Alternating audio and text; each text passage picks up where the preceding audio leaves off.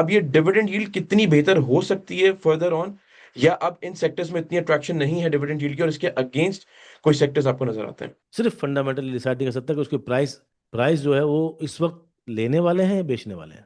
अच्छा सुनील साहब, ये जो आपने इतने इंडिकेटर्स लगाए, इतने इंडिकेटर्स जरूरी होते हैं टेक्निकल्स के लिए कि नहीं नहीं मतलब नहीं अगर आप। नहीं, ना ना ना ना ना ना ना ना ना ना ना ना, मैं समझाता हूँ ना।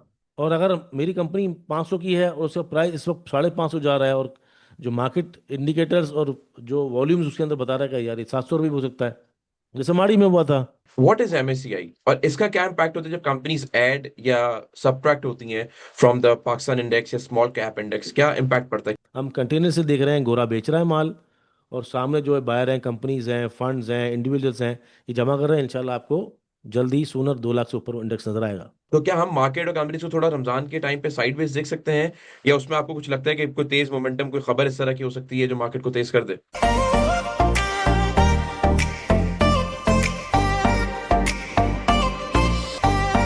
अस्सलाम वालेकुम। गेम ऑफ स्टॉक्स में मैं आपका होस्ट मुफीस, मुझे ज्वाइन करना है सोहेल फारूक साहब। सुफियान साहब इस शो को कंटिन्यू इसलिए नहीं कर रहे क्योंकि ऑलरेडी वो इतने पैक और मसरूफ चल रहे हैं कि वो आप उन्हें दंगल में भी देखते हैं, पल्स में भी देखते हैं। So he has a lot on his plate right now. तो इसलिए इस शो की जिम्मेदारी इस वक्त मैं संभाल रहा हूँ। आई होप मैं इस जिम्मेदारी को भरपूर तरीके से पूरा कर सकूंगा। समझते हैं सोहेल फारूक साहब से, मार्केट किस तरह की रही, इंडेक्स किस तरह का रहा, और आगे चल के आप लोगों को क्या करना चाहिए। सामने सोहेल साहब, मार्केट का थोड़ा सा बता दें जरा, क्या चल रही है? मार्केट तो लाल लाल हो गई। मार्केट तो, वालेकुम सलाम, मार्केट तो देखें लाल भी चलेगी हरी भी चलेगी ना। ये तो अभी जो काम करते हैं उनको तो पता है। जो लोग शायद बिल्कुल ही नए आते हैं, या उनको वो कारोबारी शायद नहीं होते, या उनको फाइनेंशियल मार्केट का बिल्कुल अलिफ भी नहीं पता, तो उनको थोड़ा भारी लगता है। बाकी तो ये इट्स नॉर्मल, कोई मसला तो नहीं है। अप एंड डाउन तो किसी भी कारोबार के अंदर या किसी भी प्राइस के अंदर, मतलब कोई भी ऐसी चीज़ जिसके अंदर ताल्लुक उसके प्राइस का हो, वो उतार चढ़ाव होता ही है ना। गाड़ियों की बात कर लेना, अभी आप गाड़ियाँ जो चल रही हैं उसके अंदर गाड़ियाँ लॉन्च हो रही हैं तो दूसरी कंपनियां प्राइस नीचे कर रही हैं। तो जिसने पहले लिया होगा वो तो बोलेगा यार मैंने महंगा ले लिया। तो जो तो और जिसने जल्दी बुकिंग करा ली होगी और किसी कंपनी ने प्राइस बढ़ा दी, जैसे जेको 7 में हुआ, तो इस तरह तो प्राइस हर जगह चलती है, गिरती है, बढ़ती है। हर कारोबार का एक हिस्सा है उतार चढ़ाव, इससे नॉर्मल। ये कोई मंदी नहीं है। मंदा जो है ना, मंदे का लफ्ज कहते हैं डाउन ट्रेंड, मतलब कि इक्विटी मार्केट्स ने अपना ट्रेंड खत्म कर दिया, और जो हमारी दूसरी मार्केट्स हैं फिक्स असेट्स की, वहाँ पर चीज़ें डाइवर्ट हो गई, तो मार्केट एक नॉर्मल ऊपर भी जाएगी नीचे भी जाएगी। It's a part of game. So जब आपने गाड़ियों की बात की तो मैं वहीं से अपना सवाल एक बनाता हूँ। आपने कहा गाड़ियों की भी प्राइस नीचे और ऊपर होती है, इट्स अ मार्केट। लेकिन गाड़ियों की प्राइस जब नीचे होती है तो लोग सेलिब्रेट करते हैं, हमें चीप मिल रहा है, हमें सस्ता मिल रहा है। लेकिन जब स्टॉक्स की वैल्यू नीचे आती है या इंडेक्स नीचे आता है तो लोग सेलिब्रेट नहीं करते, पैनिक करते हैं। तो इट्स ह्यूज डिफरेंस, ऐसा क्यों है? देखो यार, इस पे तो बहुत बड़ी डिबेट हो सकती है, लेकिन जो छोटी बात करने की कोशिश करता हूँ मैं, देखो ट्रस्ट है ना आपके दिमाग के अंदर, सबकॉन्शियस माइंड है ना, वो बड़ा इंपॉर्टेंट रोल प्ले करता है।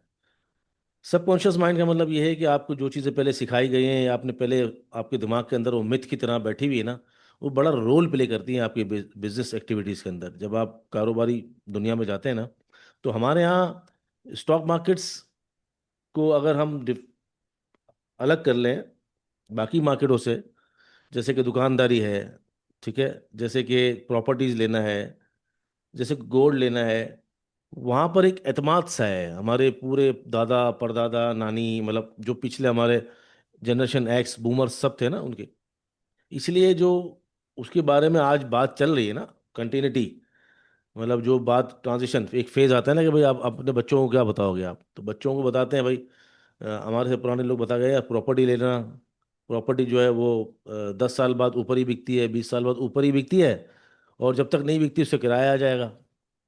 सही है एक, तो वो होता है हमेशा से, ये चलता हुआ है। वक्ती तौर पर अगर वो प्राइस नहीं मतलब प्रॉपर्टी नहीं बिकती है, तब भी हमने देखा है कि ओवरऑल अभी तक का जो सेफेस्ट रिटर्न है, सेफेस्ट रिटर्न वो प्रॉपर्टी ने दिया है लोगों को, बगैर बगैर किसी धचके के। इसी तरह गोल्ड है, गोल्ड ने हमेशा कम दिया हो ज़्यादा दिया हो, लेकिन सेफेस्ट रिटर्न दिया है। कभी आपने ये नहीं सुना होगा कि 10 साल बाद मुझे नुकसान हो गया सोने में। सोना हमेशा बढ़ रहा होता है किसी ना किसी तरह, किसी ना किसी तरह। लेकिन स्टॉक एक्सचेंज की जो स्टोरीज है ना, वो अच्छी नहीं है। ये आपको भी पता है, हमें भी पता है, और ये 2 साल 2.5 साल पहले तक अभी 2.5 साल से पहले तो जितनी भी जो जो सूरत हाल थी उसके अंदर कोई ना कोई एक कहानी ऐसी होती थी, यार हम इसमें फंसे हुए हैं, हम इसमें फंसे हुए हैं, हमने इसमें मार खाई, हमें इस ब्रोकर ने मरवा दिया। और प्रॉब्लम एक और भी है कि स्टॉक मार्केट सिर्फ स्टॉक मार्केट का इंडेक्स नहीं है जहाँ पर आप इन्वेस्ट कर लेंगे तो वो इन्वेस्ट करके आप जो है आज बोलेंगे यार मुझे 10 साल बाद जो है इतना रिटर्न मिल गया। इंडेक्स में इन्वेस्ट नहीं करते आप कंपनी में करते हैं। अब फर्ज करें ABCD 4 लोगों हैं, 4 लोगों ने 4 साल पहले इन्वेस्ट किया होगा। किसी ने ईफड में किया, किसी ने FFC में किया होगा, किसी ने सासग्यू में किया होगा। दो अच्छे पॉइंट हो गए। पर वो लोग भी तो होंगे ना जिन्होंने शायद एचकार में किया होगा, शायद पाकिस्तान रिफाइनरी में किया होगा। तो ओवरऑल अगर हम एवरेज देखें तो 50% जीत हुई लोगों की, वो भी इतनी तेजी होने के बाद। लेकिन अगर हम गोल्ड में देखेंगे तो गोल्ड एक कमोडिटी है। इवन सिल्वर भी जो गोल्ड के पीछे पीछे चलता है, वहाँ भी लोगों ने पैसा बना लिया और बनाया। अभी भी वो अपनी जो नीचे का जो लेवल था 33-40 उससे ऊपर ही है, 80s में ट्रेड कर रहा है। तो कॉन्फिडेंस वहाँ पर आ गया आप लोगों का। पाकिस्तानी स्टॉक मार्केट के अंदर लोगों को ये डर होता है कि अगर जैसे ही स्टॉक गिरते हैं ना तो उसके बाद वो रिटर्न वो वापस नहीं आएंगे। और अब अभी भी हम देख रहे हैं जो स्टॉक गिर रहे हैं, हालांकि इंडेक्स जो है वो आपका 1,80,000 है ना, लेकिन अगर आप प्राइस देखेंगे तो आपको लगेगा यार ये EPCL 37 रुपये का है, ये 90 रुपये होता था। TPLP 50 रुपये का होता था, ये जो है आपका 11-12 रुपये चल रहा है।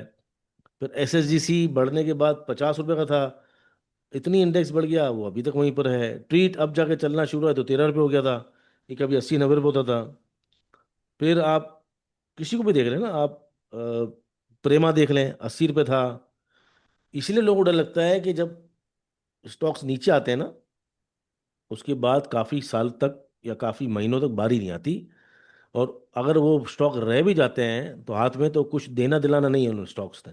तो फियर जो है वो सही है, क्योंकि काफ़ी लोगों को पता ही नहीं है कि किन स्टॉक्स के अंदर हाथ ले डालना चाहिए, कि अगर अगर डाउन ट्रेंड हो या वक्ती तौर पे स्टॉक गिरे हैं तो उनको डिविडेंड वगैरह आता रहे। इसलिए जो ना वो गाड़ियों की सूरत हाल में जो प्राइस गिरते हैं तो लोग खुशियां मनाते हैं। लेकिन यहाँ पर जो वो गिर रही होती है ना चीज़ें तो लोग बोलते हैं यार और ना गिर जाए और ना गिर जाए, तो वो डिफ्लेशन का खतरा होता है। अच्छा सुहेल साहब, बहुत सारी बातें आ रही हैं मेरे जहन में। सबसे पहले तो मैं अपने व्यूअर्स को बताता चलूं कि आप लोगों ने हमें सब्सक्राइब करके 1 लाख तक पहुंचाना है। हम कोशिश ये करते हैं कि हम अच्छा कंटेंट प्रोड्यूस करें, कंपनीज को कवर करें, आप लोगों को हौसला भी दें, लेकिन आप लोगों ने भी हमें सपोर्ट करना है। साथ साथ आपकी स्क्रीन पे आ रहा होगा कि जो बच्चे 18 साल से कम हैं उनका स्टॉक मार्केट में आप अकाउंट खुलवा सकते हैं। आपने सिर्फ कांटेक्ट करना है 0301 0301 246। और सोहेल साहब ने तो एक रील भी बनाई है कि बच्चों के पोर्टफोलियो में आप कौन सी कंपनीज रख सकते हैं फॉर द लॉन्गर टर्म। तो आप उस रील को भी जरूर देखिएगा, हम कोशिश करेंगे उसका लिंक भी डिस्क्रिप्शन में अटैच कर दें। अच्छा सोहेल साहब, आपने बड़ा ब्रीफली मुझे ये एक्सप्लेन किया। अब थोड़ा सा हम रिवाइंड करते हैं पूरी स्टोरी। पहले तो मुझे गेम ऑफ स्टॉक्स का थोड़ा सा बताएं। आपने इस शो को लेके चले, आपने इसमें क्या क्या चीजें कवर की, आपने कौन कौन सी इस तरह की चीजें बताई इस शो में जो आपको होते हुए नजर आई। इंडेक्स हमें याद है, आपने इंडेक्स बल्कि मेरे साथ भी बताया था कि 181 हमने उस टारगेट को अचीव होते हुए देखा। कंपनीज आपने बहुत सारी मेरे साथ ही बताई थी, हमने वो भी अचीव होते हुए देखा। गेम ऑफ स्टॉक्स के शो के अंदर आप और क्या क्या चीजें कवर करवा चुके हैं और आगे आप किस तरह देखते हैं मार्केट को। स्पेशली जब हम इंडेक्स की बात करते हैं, हमने इंडेक्स को एक बहुत बड़ी रैली करते हुए देखा है। उसके अगेंस्ट ये करेक्शन या ये जो पॉइंट्स गिरे हैं, परसेंटेज वाइज कुछ भी नहीं है, फिर भी लोग पैनिक करते हैं। उस पैनिक को आप किस तरह एड्रेस करेंगे, लोगों को आप क्या करना चाहिए? सबसे पहले तो लोगों को ये समझ लेना चाहिए कि देखो ये अप ट्रेंड रैली है एक, हम्म। ये एक बुलिश साइकिल है जो अभी तक कोई ऐसा साइन नहीं है जिसके अंदर वो खत्म हो गया हो। मतलब मार्केट ऊपर जा रही है, नीचे जा रही है, हायर हाइज हायर लोज हैं, कभी कभार डीप करेक्शन के अंदर बहुत बड़ी साइडवेज भी हो जाती है, जैसे कि हमने 2025 में जनवरी से लेकर जून तक देखा। 2024 में आई थिंक फरवरी से लेकर हमने उसको भी मार्च अप्रैल तक देखा। फिर जो पहली रैली थी उसमें उसमें भी हमने एक गिरावट देखी थी, जो इनिशियल स्टेज में ही 50,000 से लेकर वापस 44,000, वो भी 3 महीने का साइडवेज था। तो 3 महीने, 4 महीने, 6 महीने, 2 महीने, 5 महीने, ये साइडवेज का पीरियड होता है। इसके बाद एक रैली बनाती है, फिर मार्केट नीचे आती है थोड़ी सी और फिर साइडवेज आती है। मतलब स्टॉक कोई या मार्केट, पूरी मार्केट या स्टॉक्स का अगर आप सबका अगर आप OGDC है, PPL है, DG खान है, मेपल लीफ है, या जो स्टॉक जिन्होंने रैली की हो उनमें अगर आप एक पैटर्न देखेंगे ना तो इस वो चलते हैं, इंक्लूडिंग मार्केट वो चलते हैं चलने के बाद वो थक जाते हैं, थकने के बाद मतलब भाग भागते थक जाते हैं, अब उनको कूल डाउन होना होता है। कूल डाउन होने के बाद थोड़ा सा वो गिर जाते हैं। बराबर है, जितना चले होते उतना नहीं गिरते, थोड़ा सा रुक गिर जाते हैं या रुक जाते हैं, या फिर वो साइड में चले जाते हैं। मतलब ये पॉसिबिलिटी है कि 100 रुपये बड़ा कोई चीज़, तो वो 50 रुपये गिर गया, एक प्रोबेबिलिटी है। एक ये है कि वो वहीं खड़ा हो गया, 10-12 रुपये गिर के वहीं खड़ा हो गया और साइड में चला गया। कंसोलिडेट होते होते होते होते अपने अपने इंडिकेटर, अपने मूविंग एवरेजेस, तमाम चैनल सब एडजस्ट करने के बाद दोबारा वो रैली देता है। और ये हमने काफ़ी दफ़ा देखा भी है। और फिर उसी तरह होता है, हर तेज़ी, तेज़ी का टाइम छोटा होता है, लंबी रैली का टाइम छोटा होता है, जो कि 2 महीने, 2.5 महीने, 3 महीने होता है। साइडवेज फिर आ जाता है 2 महीने का, फिर एक रैली चलती है। तो जो ओवरऑल एक बुलिश साइकिल के अंदर भी जो फ्रस्ट्रेटेड दिन होते हैं वो ज़्यादा होते हैं बनस्बत एक अच्छी रैली के। तो ये तो लोगों को समझना पड़ेगा कि हर रोज़ तेज़ी नहीं होती। बाकी रही बात आपकी कि हमने कहाँ से शुरू किया, हमने शुरू किया इत्तेफाक से, पहला प्रोग्राम था। सुफियान हर दफ़ा संडे स्पेशल बनाता था तो हमने भी बनाया था, बेरिश डिनाइल के साथ मैंने प्रोग्राम बनाया है। यूट्यूब के इस अ, ये जो हमारा चैनल है इसके अंदर प्लेलिस्ट बनी हुई है गेम ऑफ स्टॉक्स की। और मैं आपको चैनल आपको डायरेक्ट उस पर ले जाता हूँ वीकली स्क्रीन पे, जहाँ पर आपको ये पता चले। इसकी डेट बन रही है 17 अक्टूबर, जी बिल्कुल 17 अक्टूबर, अच्छी तरह मुझे याद है। आपको सबको मिल भी जाएगा ये वीडियो, और प्लेलिस्ट भी मिल जाएगी गेम ऑफ स्टॉक्स ही। यहाँ पर इस जगह पे, इस लेवल पे मैंने कहा था कि मार्केट जो है वो गालिबन यही डेट है, हाँ जी यही डेट है, ये डेट है। और मैंने कहा था कि ये, हमने वीडियो बनाया था और हमने कहा था कि मार्केट एग्जैक्टली 63,000 पे क्लोज हुई थी। और जी बिल्कुल हमने यही कहा था कि मार्केट अगर जो है थोड़ी ऊपर जाती है तो आप बेच के काम करेंगे, क्योंकि क्योंकि यहाँ पर एक एक टॉप लग चुका है और उसके बाद डबल टॉप बन चुका है, तो मार्केट थोड़ा सा ब्रीदर लेगी। हमने पहला वीडियो बनाया था, उसका नाम था बीरिश डिनायल। तो उसके बाद 1, 2, 3, 4, 5, 6, 7 हफ्ते मार्केट गिरती रही और जिगजैग में अपने आप को लो डिफाइन करती रही। इसका जो लो बना था वो ये बना था 1,56, 1,57। उसके बाद मार्केट ने बिल्कुल इस तरह का ये जो पैटर्न बनाया, ट्रायंगल टाइप का है। ये यहाँ पर अगर आप देखें तो यहाँ पर इसने सपोर्ट ली कंटिन्यूस, 1, 2, 3, 4, 5, 6। उसके बाद इसने ब्रेकआउट दिया, तो हमने इस ब्रेकआउट को भी डिफाइन करके वीडियो बनाया था। वो भी वीडियो प्रॉपर मौजूद है। अच्छा, यहाँ पर जो है जब पहला टॉप लगा था तो हमने बताया था कि भाई ये हो, अच्छा ये टारगेट भी मैंने दिया था 188,500, लेकिन वो 1,87,900 से वापस आया। फिर दूसरे हफ्ते मैंने कहा कि मार्केट 191 जा सकती है, वो गई। उसके बाद मैंने कहा कि 194 का चांस है अगर ये थोड़ा ब्रेकआउट होता है, लेकिन 191 से वापस आ गए। तो इस हफ्ते हमारे एनालिसिस थोड़े से ख़राब हो गए थे। मतलब इस हफ्ते हमने कहा ठीक था है। कि यार ये 194 जा सकती है, लेकिन 191 से वापस आई, जो बंद हुई है। तो जब इस हफ्ते हमने वीडियो बनाया तो हमने कहा देखो एक कैंडल बन गई है 15, 9, 10 हफ्तों बाद। अब ये कंफर्मेशन आ गई है, यहाँ पर अब साइडवेज या फिर थोड़ी सी परेशानी हो सकती है, और ये वीडियो भी मौजूद है। पिछले हफ्ते हमने रिकॉर्डिंग नहीं की, तो उससे पिछले हफ्ते का। तो इंडेक्स को लेके अल्हम्दुलिल्लाह, अगर हम कह सकते हैं तो 90% के करीब तमाम चीज़ें, चाहे यहाँ से लेकर बेरिश डिनायल हो, चाहे यहाँ बुलिश सिग्नल हो, और यहाँ पर जो टॉप बताए गए हों 2-3, सिवाय एक के जो अंडरस्टूड है। अब 100% तो आप चीज़ें नहीं बता सकते, लेकिन फिर भी कभी कभार आप ब्रेकआउट के बाद और कभी कभार कंफर्मेशन के बाद भी आप निकल सकते हो। तो आज जब हमने कहा था कि निकल जाना चाहिए या फिर प्रॉफिट बुकिंग करनी चाहिए, साइड हो सकती है, परेशान कर सकती है, उसके बाद भी वर्किंग डे मिले हैं आपको, 2 हफ्ते मिले हैं। और सबसे ज़्यादा बुरी तेज़ी, बुरी जो मंदी हुई है वो पिछले हफ्ते हुई है, जिसके अंदर प्राइस ज़्यादा टूटे हैं। और अभी भी हमारे सामने मोस्ट प्रोबेबली एक साइडवेज का वीक या एक छोटा सा और प्रेशर वाला वीक दिख सकता है, जिसके अंदर मार्केट या तो 1,75,000, 74,000 को टच करे, या तो फिर यहाँ से साइडवेज जाके 178 को ऑनर करे। ये है सूरत हाल गेम ऑफ स्टॉक्स की, जिसके अंदर काफ़ी स्टॉक भी बताया गया और काफ़ी इंडेक्स के बारे में बताया भी गया। इसके अंदर ये भी बताया गया कि गोल्ड और सिल्वर जो है वो एक वक्त पे आके 91 के बाद या 48 के बाद काम नहीं करना चाहिए। वो बहुत ओवरबॉट टेरिटरी में या फिर एक्स्ट्रा ओवर एक्सटेंशन है, तो वहाँ फंस सकते हैं लोग, और उसमें फंसे भी लोग। काफ़ी चीज़ें हम बताते हैं, 100% चीज़ें नहीं हो सकती हैं, क्योंकि अगर 100% ये चीज़ें हो जाएं और ये अब पता चल जाए कौन सा स्टॉक कब गिरेगा कब चलेगा, तो फिर तो बात ही खत्म हो जाए ना, फिर तो पूरी दुनिया स्टॉक मार्केट में बैठी हो और पूरी दुनिया में इतना कम परसेंटेज फाइनेंशियल मार्केट में ना हो। बिल्कुल ठीक है। अच्छा सोहेल साहब, आपने जब टेक्निकल चार्ट्स खोले तो मेरे जहन में एक सवाल ये आया कि हिस्ट्री राइम्स, करेक्ट? और हमने ये देखा है कि पाकिस्तान में जब क्रिप्टो की मार्केट को बूम मिला तो टेक्निकल चार्ट्स का बड़ा पार्ट प्ले हुआ। उससे पहले, आज से 8 साल 10 साल पहले इतने लोग टेक्निकल चार्ट्स पे काम करते ही नहीं थे। मोस्टली लोग फंडामेंटल कंपनी की बुक देखते थे। अगर हम थोड़ा सा पीछे चले और हम उसी हिस्ट्री राइम्स को लेके आज चलें, technical, keeping technical aside, fundamental side पे कंपनीज या इंडेक्स या मार्केट ओवरऑल किस तरह की दिखती है? क्या वो अपनी बुक वैल्यू जो कंपनीज की है, या आपका जो प्राइस अर्निंग मल्टीपल है, या इंट्रिंसिक वैल्यू, फेयर वैल्यू, क्या उससे अब ऊपर ट्रेड नहीं हो रही? देखो फंडामेंटल्स, आप जो फंडामेंटल की बात करते हो, प्राइस एक्शन की बात करते हो ना, कि प्राइस ज़्यादा मूव कर गया या ज़्यादा गिर गया, फंडामेंटल तो हर जगह पे हैं।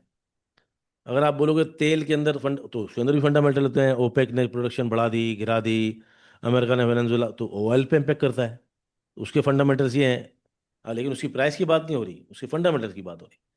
इसी तरह जब हम क्रिप्टो की बात करते हैं तो बोलते हैं यार, इस एक्सचेंज फंड में उसने ले लिया, इस मुल्क ने उसको बैन कर दिया, ये ब्लॉकचेन चल रही है, ये नई माइनिंग चल रही है, ये नया कॉइन लॉन्च हुआ है, ये कॉइन बेस लॉन्च होते, फंडामेंटल्स होगा उसके। इसी तरह जब आप जाते हो कमोडिटीज पे, तो यही है कि भाई रशिया ले रहा है गोल्ड, चाइना गोल्ड ले रहा है, सिल्वर के अंदर डिमांड है, मतलब यू यू नेम इट, कि फंडामेंटल्स हर जगह पे हैं, हर फाइनेंशियल मार्केट में है।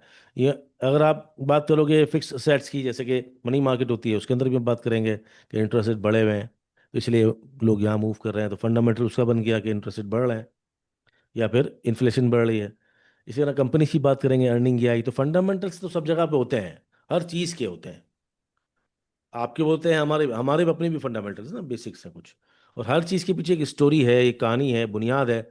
वो तो फंडामेंटल हो, पर फंडामेंटल ये डिसाइड नहीं कर सकता, सिर्फ फंडामेंटल डिसाइड नहीं कर सकता कि उसके प्राइस प्राइस जो है वो इस वक्त लेने वाले हैं या बेचने वाले हैं। बिल्कुल ठीक उसके है। लिए टेक्निकल ज़रूरी है। मतलब अगर आपने ये सोचा कि, फ़र्ज़ करें, एक मिसाल ले लें कि इस वक्त एक कंपनी है, एमसीबी या मीज़ान बैंक या साजू, कोई भी एक कंपनी है जिसका रेट है 500 रुपये पीएसओ। अब उसकी फेयर वैल्यू, उसकी बुक वैल्यू, एंटरप्राइज वैल्यू, तमाम चीज़ें मिला के एक इंटरेस्टिंग वैल्यू मिला बनाते हैं हम, तो बन रही है 800 रुपये। सही है, लेकिन उसकी प्राइस पाँच बिल्कुल सौ ठीक रुपये है। है। अब वो उसके पीछे, अब सेम कंपनी है, उसकी कीमत 1,000 रुपये है, लेकिन उसकी फेयर वैल्यू 500 रुपये है। तो बिल्कुल ठीक प्राइस है। को डिटरमिन हम फंडामेंटल्स नहीं करते, प्राइस को डिटरमिन जो है ना, उसके उसके प्लेयर्स करते हैं, उसके ट्रेडर्स करते हैं, उसके अंदर फंड्स कितने इन्वॉल्व हैं। आप बहुत सी ऐसी मिसालें देखेंगे कि जिसके अंदर बुक वैल्यू तो 10 रुपये है। अब जल ले लें, जरिया लिमिटेड, उसकी बुक वैल्यू 10 रुपये है, वो 15 रुपये पे लॉन्च हुआ, 1 रुपये का वो शेयर है, 75 रुपये पे वो चला गया था। तो फंडामेंटल्स और, मतलब कि प्राइस तो कहीं से भी, तो इसलिए जब तक टेक्निकली लोग चीज़ों को नहीं समझेंगे ना, फंडामेंटल्स बहुत ज़रूरी है, बुनियाद है।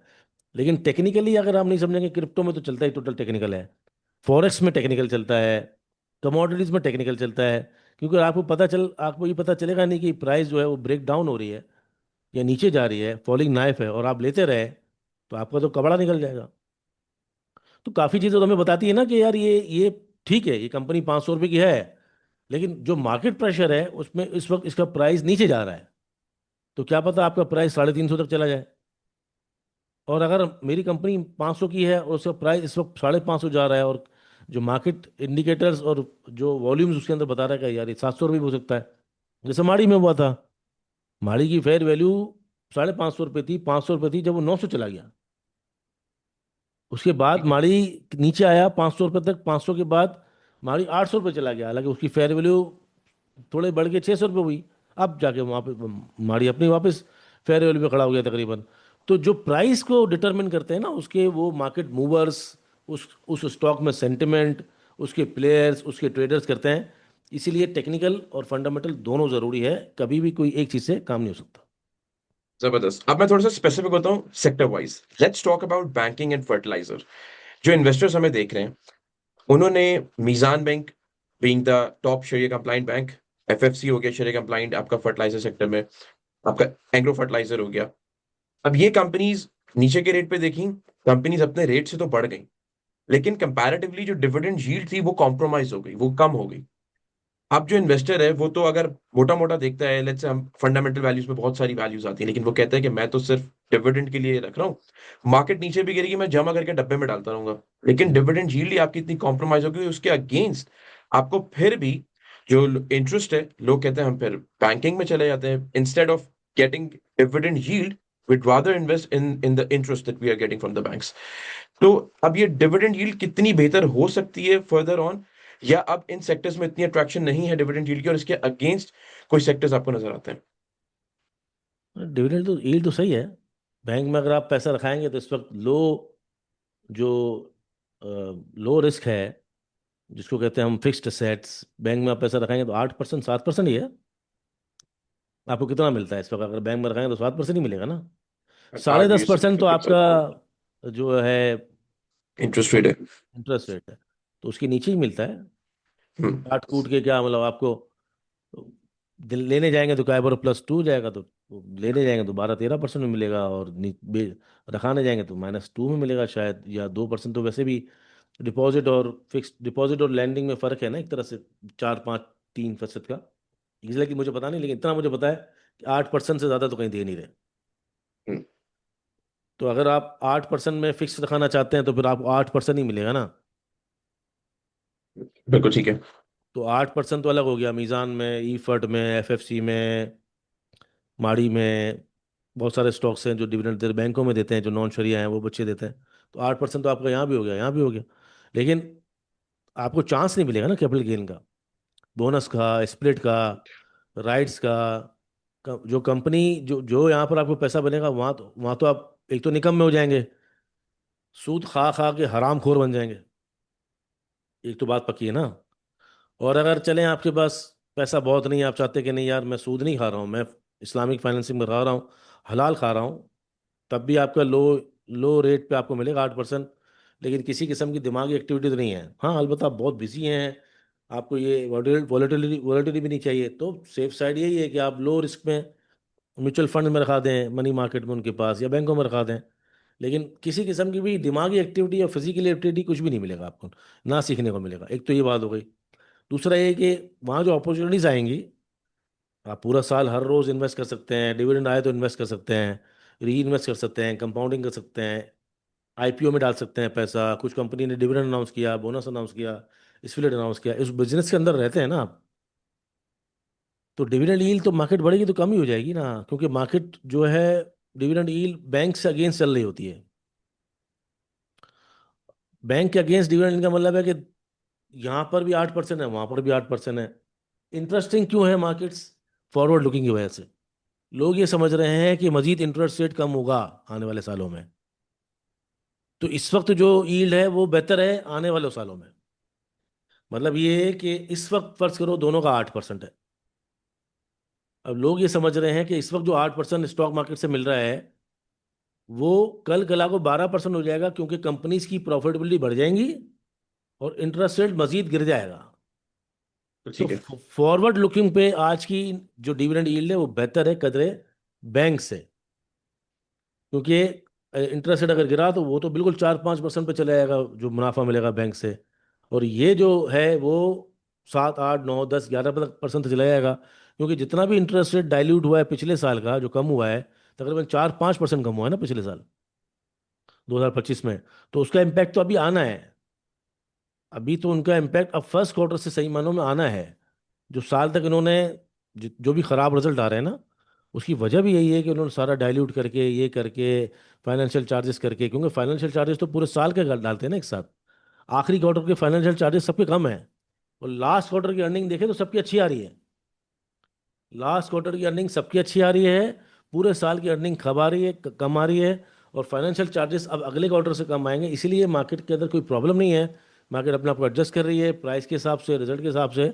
और ये जो पूरी अपॉर्चुनिटी है अब जमा करने वाली, यहाँ से आपको इंशाल्लाह सूनर और लेटर, हो सकता है कि मार्केट ज़्यादा ओवरसोल्ड है, घबराहट में है, तो कहीं 1,75,000 चली जाए, पर प्रॉब्लम नहीं है। ये सारे लोग यहाँ पर जमा करेंगे। हम कंटेनर से देख रहे हैं, गोरा बेच रहा है माल, और सामने जो है बायर हैं, कंपनीज हैं, फंड्स हैं, इंडिविजुअल्स हैं, ये जमा कर रहे हैं। इंशाल्लाह आपको जल्दी ही सूनर 2 लाख से ऊपर इंडेक्स नजर आएगा।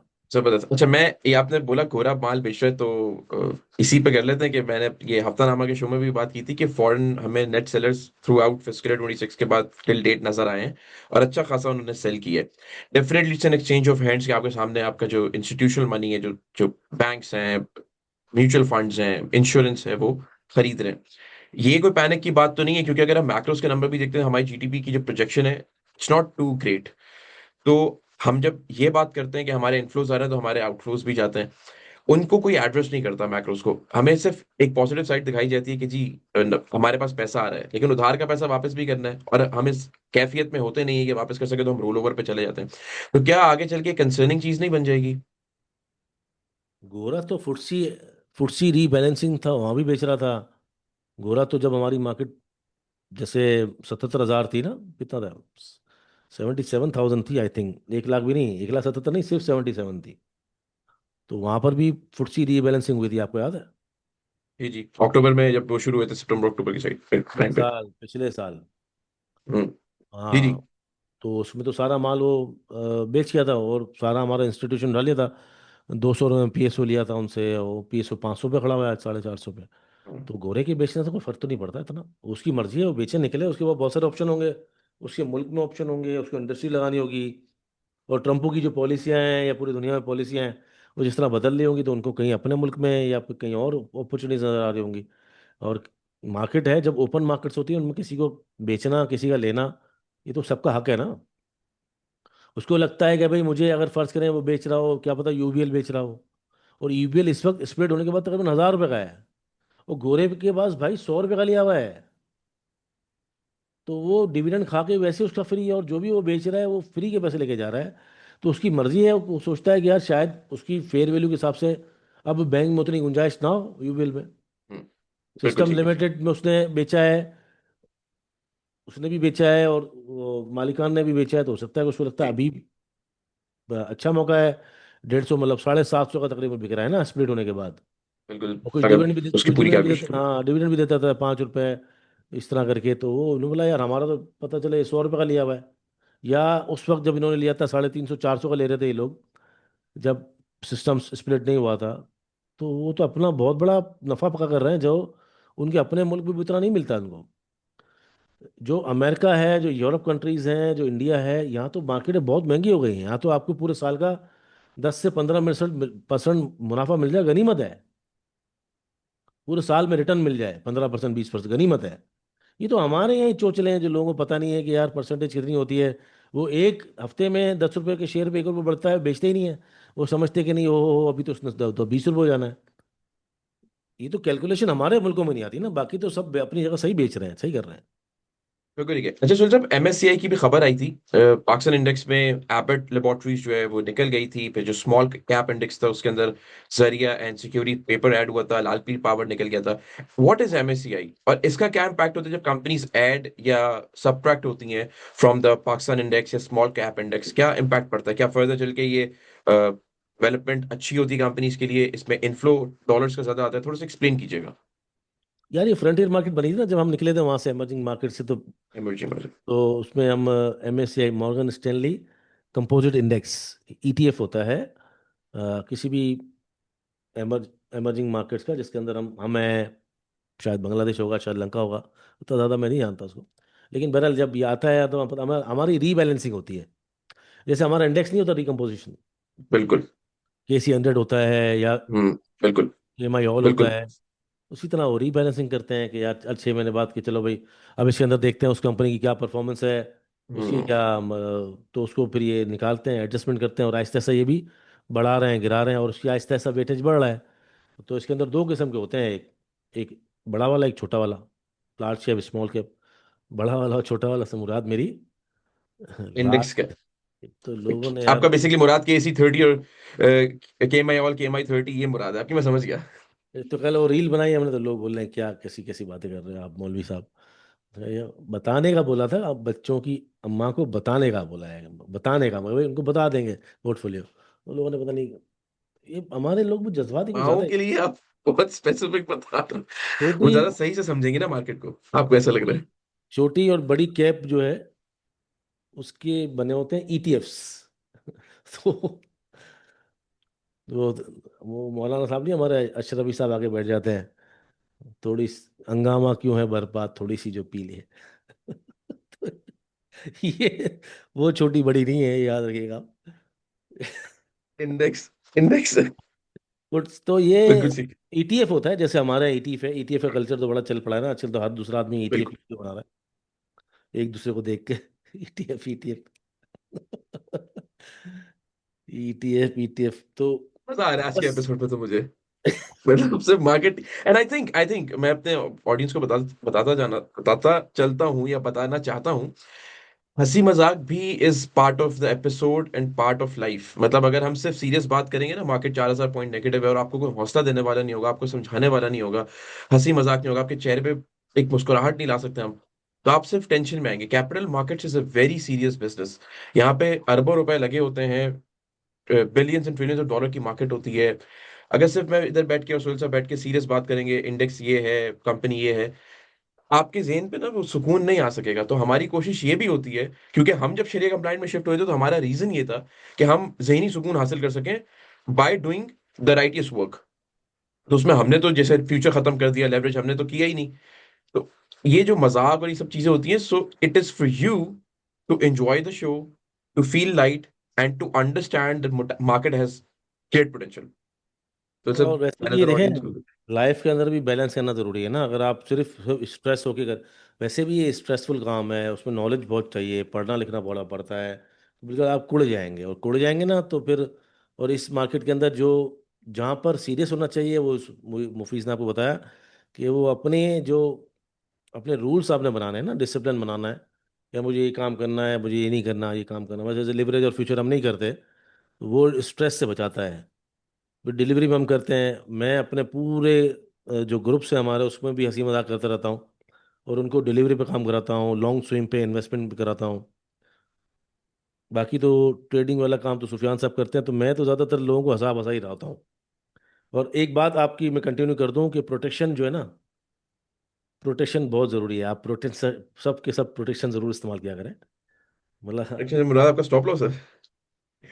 आप कह सकते हैं कि स्टॉप लॉस मैं प्रोटेक्ट करने का इसको कह रहा हूँ कि प्रोटेक्ट जो है। कैपिटल प्रोटेक्ट करना, मैं समझ गया। मैं ऑडियंस को और आसान करके बता दूं, आपने अपना कैपिटल प्रोटेक्ट करना है, ये सिर्फ यही बात हो, ठीक है। सो जब हाँ, आपने लॉन्ग स्विंग की बात की, तो जरा कुछ हमारे लिए कंपनीज अगर आप बता दें, ऑडियंस शो को एक जेनेरिक तरीके से तो देख लें, चलो इसको मेरे बहुत पास, स्पेसिफिक भी करेंगे।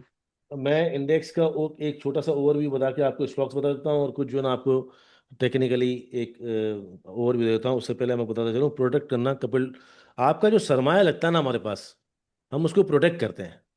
हम कोशिश करते हैं कि उसको प्रोटेक्ट करें, उसके बाद फुल ऑफ नॉलेज आपको दें। मतलब हम क्या करते हैं, हमने अपने क्लाइंट्स के लिए 17 लाइव जूम सेशन रखे हैं पूरे साल में। 17 लाइव, सब तमाम क्लाइंट्स के लिए। अगर आपका अकाउंट खुलता है ना, तो ये नहीं कि इसके बाद आपको छोड़ दिया।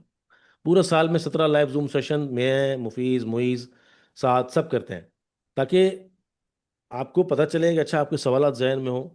फिर इसके अलावा अकाउंट खुलता है, हम व्हाट्सएप, प्रीमियम व्हाट्सएप ग्रुप में डाल देते हैं अपने, बेस्ड ऑन बर्थ, तकरीबन मिलती जुलती सर्विसेज हैं, गोल्ड सिल्वर। उसके अलावा ट्रेडिंग डेस्क है। मतलब अगर आपको फिर भी कुछ समझ नहीं आ रहा है बाइंग सेलिंग से रिलेटेड, तो आपको ट्रेडिंग डेस्क, मतलब वो लोग जो आपको बता सकें यार क्या लेना चाहिए क्या नहीं लेना चाहिए। और कुछ टेक्निकल साइड में समझ नहीं आता कि यार मेरा ऑर्डर लगा दें आप, मेरा फ़ोन नहीं चल रहा, तो वो कस्टमर सपोर्ट है। फिर पोर्टफोलियो रिव्यूज़ हैं, मतलब हम आपको बांध के चलते, और शरिया कंप्लाइंट है, रेडी बोर्ड है, इंट्राडे भी नहीं है, फ्यूचर भी नहीं है। तो पूरा प्रोटेक्ट करके आपको चलते हैं, नॉलेज और प्रोटेक्शन सब साथ है। इसलिए स्टॉकीफाई टीम के साथ मुनीर खानानी में, मुनीर खाना सिक्योरिटीज़ में अपना अकाउंट ज़रूर खुलवाइए। और याद रखिए, अगर आपका अकाउंट मुनीर खानानी में ही है, तो भी आप ट्रांसफ़र भी कर सकते हैं हमारे पास, सोहेल फारूक के कंपनी के पास, या फिर स्टॉकीफाई के पास, जो भी आप नाम कहेंगे। याद रखिए, आपने सिर्फ व्हाट्सएप मैसेज करना है, 0301 0301 246। ये आपका काम सारा इंशाल्लाह हो जाएगा, और आपका सरमाया प्रोटेक्ट हो जाएगा, वो बहुत ज़रूरी है। अच्छा जी, हम बिल्कुल। स्क्रीन शेयर करते हैं मुफीस, और बिल्कुल आपको ठीक है। मैं आज के जो है ना कुछ स्टॉक बता देता हूँ। एक नज़र में आपको थोड़ी सी पोजीशन आपको इंडेक्स ही बता दूँ। ये कुछ बिल्कुल हल्का सा अच्छा साइन आया था, जो हमारी मार्केट अभी गुजरी है जुमे को। इसके अंदर मार्केट ने आखिर में अपने आप को, ये जो चैनल चल रहा है ऊपर से, ये वाला, जी। इसको यहाँ से सपोर्ट लेके एक ब्रेकआउट दे के अपर चैनल के अंदर ट्रेड करने की कोशिश की, लेकिन आखिरी बिल्कुल 15 मिनट में, आधे घंटे में दो कैंडल्स बनी है जो हमें कह सकते हैं जो ब्रेकआउट की जो एक ट्रेंड लाइन है उसको तोड़ के ऊपर तो गई, और उसी को रीटेस्ट करेगी या कर सकती है, क्योंकि मंडे को होपफुली अगर ये ऊपर जाती है तो चीज़ें बेहतर होना शुरू हो सकती हैं, लेकिन खतरा टला नहीं है, क्योंकि यहाँ पर जो है हमारे सामने एक हेड एंड शोल्डर पैटर्न बना हुआ है कुछ ठीक है। कि नेक लाइन टूट चुकी है, उसके नीचे खड़ा हुआ है। तो हमारे पास, जैसे मैंने वीकली भी कहा था, कि ये सूरत ओपन है, हम डिनाई नहीं कर सकते, लेकिन डरने वाली कोई बात नहीं होगी। जितना नीचे इंडेक्स आएगा उतनी ज़्यादा ऊपर जाएगा, और क्योंकि इस स्ट्रक्चर में इसने आज नहीं कल नहीं तो परसों वापस आना है, तो हमें इंशाल्लाह अगला सफ़र 2 लाख का ही है। 199 एक साइकोलॉजिकल नंबर हो सकता है। यहाँ पर अगर वापस जाता है इसको, तो ये हम यहाँ से फिर थोड़ी बहुत मार्केट के अंदर पॉजिटिव मोमेंटम देखना शुरू कर देंगे। अगर इसको तोड़ के नीचे चला जाता है तो 2-3 दिन हम थोड़ी सी मामला खराब देखेंगे, डेट्स इट। एक हफ्ता आपका ये डिसाइडर होगा इंशाल्लाह। कोई प्रॉब्लम वाली बात नहीं है, नीचे माल जमा करना चाहिए स्टॉक्स के अंदर। जमा करने वाले स्टॉक्स में इन्वेस्टमेंट के स्टॉक्स जो है वो उसमें Faisal bank, Meezan bank, OGDC, PPL, माड़ी, इंटरलूप, निशात में लकी, मुगल, एयर लिंक है, सुई नॉर्दर्न है, फास्ट केबल्स है, लॉटकैम है, अटक सीमेंट है, एटलस बैटरी, सिटी फार्मा, मेक्टर, मतलब आपको जो भी स्टॉक्स अच्छे लगते हैं, लकी सीमेंट वगैरह जमा करें। अच्छा, कुछ स्विंग के ठीक है। लिए, स्विंग के लिए जो मुझे अच्छे बेहतर लग रहे हैं परफॉर्म करते हुए, उसके अंदर मैंने कुछ स्टॉक ढूंढे हैं। सबसे पहले है ट्रीट। नज़र आ रहा है आपको ट्रीट का? बिल्कुल आ रहा है, बिल्कुल आ रहा है। हाँ, ट्रीट जो है, क्योंकि एक इसने टॉप बनाया है, अब इसके बाद जो है ना ये अपने सपोर्ट लेवल पे, ये जो पिछला इसका एरिया था, अब 200 मूविंग एवरेज के करीब भी आ रहा है, जो कि बस 27-18 बनती है। तो ये दो लेवल बाइंग के हैं आपके। एक है 29 रुपये 25 पैसे का, और दूसरा है 27 80 60। ये दो हो सकते हैं, हो सकता है कि इससे वापस भी चला जाए, मुड़ जाए, क्योंकि ये बहुत अच्छा सपोर्ट था या ब्रेकआउट था, सपोर्ट बनेगा। तो 29 25 29 30 ये अच्छा बाइंग लेवल बन सकता है, जहाँ से आपको इवेंचुअली एक जोन 37 रुपये तक का दोबारा चांस मिले, या शायद उससे ऊपर भी मिल सकता है। इसमें पहला टारगेट आपका 33 रुपये होगा। जबरदस्त, आपका चार्ट बहुत प्यारा लग रहा है वैसे। सेक्सी लग रहा है। बहुत बहुत खूबसूरत लग रहा है, बिकॉज अब मैं देख रहा होता हूँ आपके चैनल्स बड़े जबरदस्त होते हैं, मैं आपको फॉलो कर रहा होता हूँ आपके चार्ट्स को। तो अभी आपने रेजिस्टेंस वगैरह लगा के और इंडिकेटर यूज करके बनाया, बड़ा अच्छा, बड़ा डेलिकेट सा लग रहा है, और समझ आ रहा है कि किस लेवल पे हम बाइंग कर सकते हैं, क्या इसकी सपोर्ट्स बन सकती हैं, और कहाँ तक इसकी एक रैली हम एंजॉय कर सकते हैं। जबरदस्त अच्छा, लगे, ट्रीट एक कंपनी हमारे पास आ गई। मैं मुश्किल कर देता हूँ उसको, सबर करो। मैं मुश्किल कर देता हूँ, रंग बिरंगी बहुत गोली। ज्यादा मुश्किल हो। अच्छा सुनील साहब, ये जो आपने इतने इंडिकेटर्स लगाए, इतने इंडिकेटर्स जरूरी होते हैं टेक्निकल्स के लिए, कि नहीं नहीं मतलब अगर नहीं आप। नहीं, ना ना ना ना ना ना ना ना ना ना ना ना, मैं समझाता हूँ ना। मैं आपको अच्छा अच्छा सवाल किया, क्या बात है सर। ये पब्लिक को काम आएगा। देखो, ये 200 मूविंग एवरेज मैंने क्यों लगा दी, ये 100 मूविंग एवरेज क्यों लगा दी मैंने, ये 50 क्यों लगा दी। मैं जो काम कर रहा हूँ उसके अंदर मुझे ये कंफर्मेशन दे दी कि यार ऐसा तो नहीं मैं गलत बना रहा हूँ, या ऐसा तो नहीं कि ये जो सपोर्ट तोड़ चुकी है कोई। फर्ज के लिए ये जो है आपके सामने आ रहा है, 100 मूविंग एवरेज की जो लाइन आ रही है, वो ये आ रही है 31 रुपये वाली पिंक। कुछ ठीक है। बिल्कुल। तो अगर ये स्टॉक रुकता है यहाँ पर, यहाँ से मूव कर जाता, तो हम यहाँ एंट्री लेते हैं। हम्म। लेकिन इसे तोड़ दिया, तो मतलब ये सपोर्ट तोड़ दी उसने। अभी इसके बाद ये सपोर्ट है ना, एक दो, मतलब एक दो दो प्राइस की है, और एक 200 मूविंग एवरेज की जो बनती है 27 रुपये 18 पैसे। तो 200 मूविंग एवरेज को तोड़ना बड़ा मुश्किल होता है। अगर वो टूटती है तो फिर तो स्टॉक का कबाड़ा हो गया, फिर वो डाउन ट्रेंड में चला जाता है बिल्कुल ही। तो सही। 200 मूविंग एवरेज सही। रेजिस्टेंस बन जाती है। अब मैं सीधा सीधा आपको हटाऊंगा अगर, तो आपके लिए बहुत आसानी से ये बन जाएगा सिनारियो, प्यारा सा। एक ये है एरिया जहाँ स्टॉक वापस आ गया था, वो बहुत लंबे सफ़र के बाद इसी इसी रेट को तोड़ा है, ब्रेकआउट किया है, इस एरिया को सपोर्ट बनाया है, जिसकी हम बात कर रहे हैं बाइंग जोन की, और उसके बाद एक नया सफ़र तय किया। तो ये बहुत इंपॉर्टेंट एरिया है, बहुत पुराना, सालों। तो ये बाइंग यहाँ पर बिल्कुल। करनी चाहिए। इसी तरह के रिस्क होंगे ना, और क्या होंगे पता। लोग बोलेंगे यार आपने बोला था ये नहीं हुआ, आपने नहीं बोला था। भाई आप, मैं नहीं बोलता, छोड़ो, आप अपने चार्ट खोलो। इतना सिंपल है ये, कितना इसमें कौन से हाथी घोड़े हैं। ये डे का चार्ट खोला हुआ है मैंने मैंने तो कोई भी कुछ नहीं कहा कि आप मुझसे सीख लो। मैं तो बोल ही नहीं रहा कि भाई आप मुझसे सीखो। मैं तो बोल रहा हूँ अपना चार्ट खोलो, एक ड्रॉ लाइन करो, कुछ भी नहीं करो, खेलते रहो उससे, खुद ही समझ आ जाएगा। देखो ना, ये साफ सामने है। ये इतना बड़ा एरिया था जहाँ से मार्केट ने 1 साल तक इसके नीचे रही चलिए। है ना। उसके बिल्कुल ऐसे ही है। बाद एटलीस्ट 1 साल करेक्ट। तक, एक, हाँ, 1 साल, जनवरी के बाद हाँ तकरीबन 8 महीने, उस 8 महीने बाद उस प्राइस को तोड़ा है। हम्म। तो इस प्राइस की बड़ी वैल्यू हो गई ना। वैल्यू हो गई। तो इस प्राइस बिल्कुल। पे आएगा तो आप बाइंग की ट्राई करोगे ना भाई। बिल्कुल करेंगे, उसके एब्सोल्युटली बाद भी इट आप मेक सेंस बिकॉज आपको पूरा वो प्राइस एक्शन उसकी हाँ पूरी तो उसके बाद साइंस अगर समझ आ रही है। उसके बाद अगर तुसी डूब गए तो कोई बात नहीं, कारोबार का हिस्सा है यार, आपने ट्राई तो अच्छा किया। बिल्कुल। अगर आप यहाँ बोलोगे बढ़ने के बाद मैं यहाँ ट्राई करूँ, तो फिर तो आप तो फोमो में रह गए ना।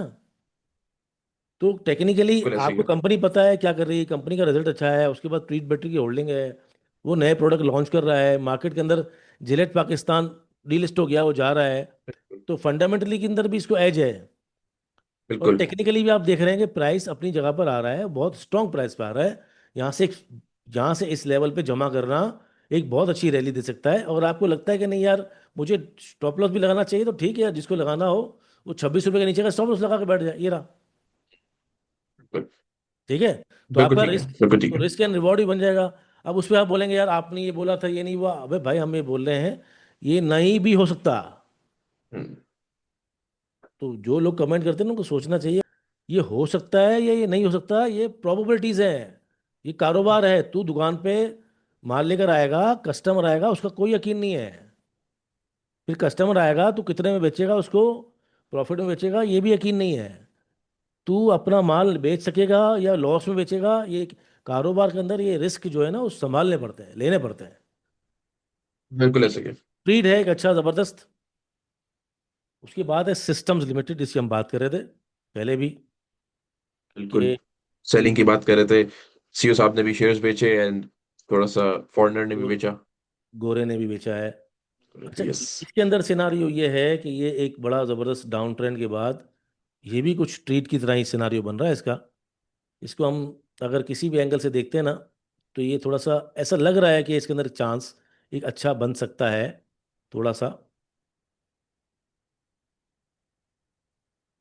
कुछ चैनल टाइप की भी सिचुएशन नज़र आ रही है इसके अंदर, ये ट्रेंड लाइन भी नज़र आ रही है कुछ, तो ये एक अच्छी जगह है।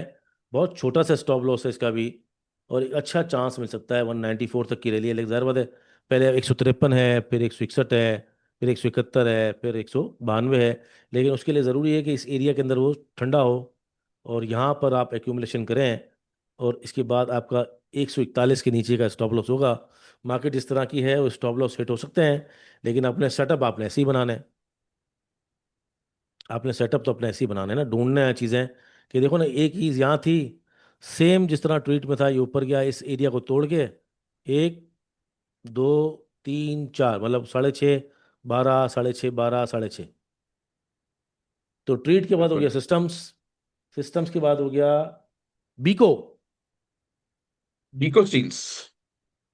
हाँ बीको इसलिए क्या कि बात है। मुझे लग रहा है कि एक तो उनके प्राइस काफ़ी एक रुक से गए हैं, और मुझे एक ऐसा फील भी हो रहा है कि इसके अंदर एक चांस तो बनता है बॉस, क्योंकि लोगों ने लिया हुआ है इसको 8 8.5 में। कुछ इधर सेटअप ऐसा बन रहा है, अगर ये आपको नज़र आ रहा है तो ये जो एरिया है ऊपर का, ये मैंने ज़रा ख़त्म कर दिया, क्योंकि जब पहले दिन ये खुला था एक्स के बाद तो उसमें बड़ी धूमधाम थी, लेकिन अगर उसमें प्रॉपर ट्रेंड लाइन लगाएं तो ट्रेंड लाइन नीचे तक यूं जा रही है बड़े प्यार से। ठीक है। और उसके अंदर ये ब्रेकआउट वाला सिनारियो भी है, उसके बाद रीटेस्टिंग वाला भी सिनारियो है, और एक सपोर्ट भी है नीचे 580 की, 583 की, अगर वो टूटता है तो आप निकल जाएं। और यहाँ पर अगर चांस लेते हैं 6 10 15 पे, तो 30 40 पैसे का स्टॉप लॉस है, जिसके अंदर आपको चांस मिल सकता है, पहला 656, और दूसरा 6 पे 90 पैसे, तीसरा 727। तो रिस्क और रिवॉर्ड के हिसाब से 1 रुपये का तकरीबन 1 रुपये 20 पैसे का प्रॉफिट है, 30 पैसे का लॉस है, अगर आपको स्विंग करनी है तो। और अगर ये सस्टेन कर गया तो ज़्यादा भी हो सकता है, लेकिन एक चांस यहाँ पर बनता है। बीको के बाद है बिल्कुल ठीक है बीको। B F bio. ये बायोफेरोसेंस लेबोरेटरीज के साथ बी एफ बायो में मुझे मेडिसिन बन। इसके अंदर, अब मैं थोड़ा सा आपको दिखाऊं ना एक और चीज़ इसके अंदर, तो एक ब्रेकआउट के बाद एक सिनारियो ये भी है, जो पहले इसने ब्रेकआउट दिया था तो उसको भी हम काउंट करेंगे कि भाई हाँ इसने पहले भी ब्रेकआउट दिया था, उस ब्रेकआउट को भी तोड़ा नहीं है इसने, मतलब उसको नहीं तोड़ा, ब्रेकआउट हुआ था तोड़ा नहीं है, और उसके बाद एक नए ब्रेकआउट की तरफ चला गया, क्योंकि एक प्राइस आ गई थी। एक और चीज़ दिखाऊं आपको मैं, मज़ा आएगा आपको, ये देखें, मूविंग एवरेज। तमाम मूविंग एवरेजेस नीचे हैं, प्राइस हम्म। उसके ऊपर है। तो एक बिल्कुल।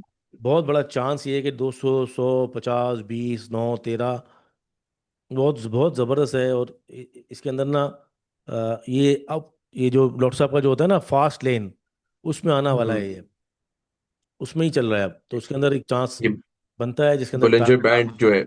जी, जिसके अंदर आपका चांस बनता है, जिसके अंदर मैं अगर बड़ी वाली हटा दूं तो मूविंग एवरेज 100 और 200 बहुत बहुत इंपॉर्टेंस है इनकी। उसके नीचे जाके जिसने सपोर्ट लिया उससे ऊपर ट्रेड कर रहा है और वही दोबारा रीटेस्टिंग के भी लाया हुआ। तो ये मैं देख रहा हूँ कि पहले 178, फिर 190, 91, फिर 202, अगर ये खड़ा हो गया उसके ऊपर तो ये कंप्लीटली बुलिश चैनल के अंदर आ जाएगा, एग्रेसिव हो जाएगा।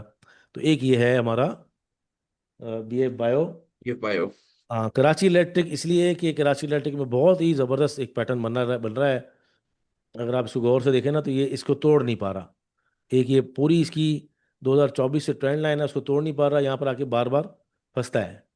इस वक्त इसने क्या किया, एक प्रेशर के अंदर भी एक अपना 8 रुपए का एक सपोर्ट एक क्रिएट किया है, वहाँ से उस लेवल पे क्लोज किया है जहाँ पर ये पिछला इसका हाई था ना, अभी जो जहाँ पर कंट्रोवर्सी आ गई थी कि यार इसके अंदर कुछ है नहीं, तो वहाँ पर ये जी। टूटा था, उस रेट को ऊपर क्रॉस करके उसके ऊपर खड़ा हो गया है। वीकली हम्म। क्लोजिंग 8.55 की दे दी है। नीचे अगर आपको लगता है कि स्टॉप लॉस लगाना चाहिए तो बहुत स्ट्रॉन्ग एरिया है 7.55 का, उसके नीचे कहीं आप स्टॉप लॉस लगा लें। अभी अगर लेते हैं तो थोड़ा महंगा हो गया है, मैंने 8 रुपये में दोबारा दिलाया था, 9 में बिकवाया था। एक ग्रुप पे हमारे मौजूद है, अगर किसी को कोई ग्रुप वाले भी देख रहे हो तो बता दीजिएगा। दोबारा कल दिलाया मैंने जुम्मे वाले दिन 8.20 पे, 8.55 पे क्लोज हुआ है, 70 का हाई मारा है। अगर दो किस्तों में बाइंग करना चाहते हैं तो ज़्यादा बेहतर है कि थोड़ा अभी बाई करें जहाँ पर खड़ा हुआ है, और इसको लैडर बनाए अगर ऊपर जाता है तो। इसका टारगेट मैं देख रहा हूँ 10 रुपये 57 पैसे, क्योंकि पिछला एक इसका हाई है 10.57। दूसरा तरीका कार है, अगर आप यहाँ लेते हैं और नीचे आता है तो इस एरिया के करीब 7.80, 7.75 यहाँ बाइंग करें। दो बाइंग हो जाएगी तो स्टॉप लॉस आपका 7.50 से नीचे आ जाएगा। कराची इलेक्ट्रिक इवेंचुअल टारगेट इसके अंदर 13 से 14 नजर आ रहे हैं मुझे। आखिरी जबरदस्त स्टॉक है अल्टीमेट हमारा आज टारगेट का। और। आखिरी स्टॉक हमारा आज का PIBTL है। 6 स्टॉक है टोटल।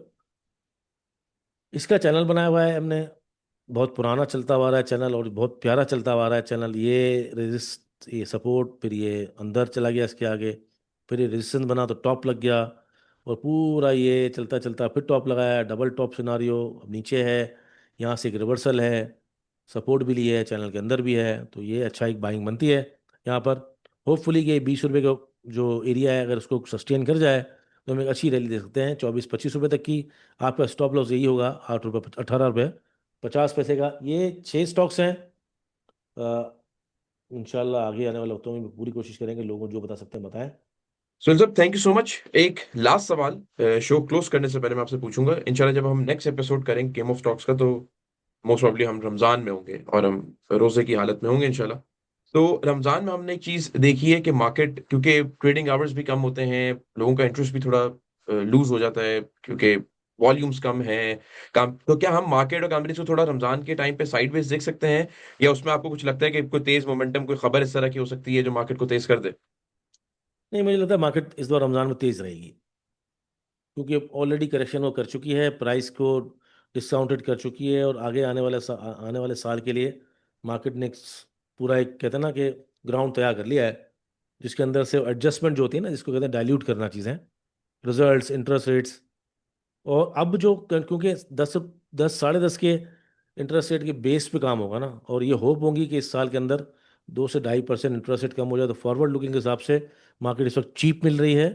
लोग जिस तरह बाइंग कर रहे हैं, गोरा बेच रहा है, इंस्टीट्यूशंस ले रही हैं, म्यूचुअल फंड ले रहे हैं, और जिस तरह इंडिविजुअल्स बाय कर रहे हैं, अकलमंद होशियार लोग स्टॉक्स जमा कर रहे हैं।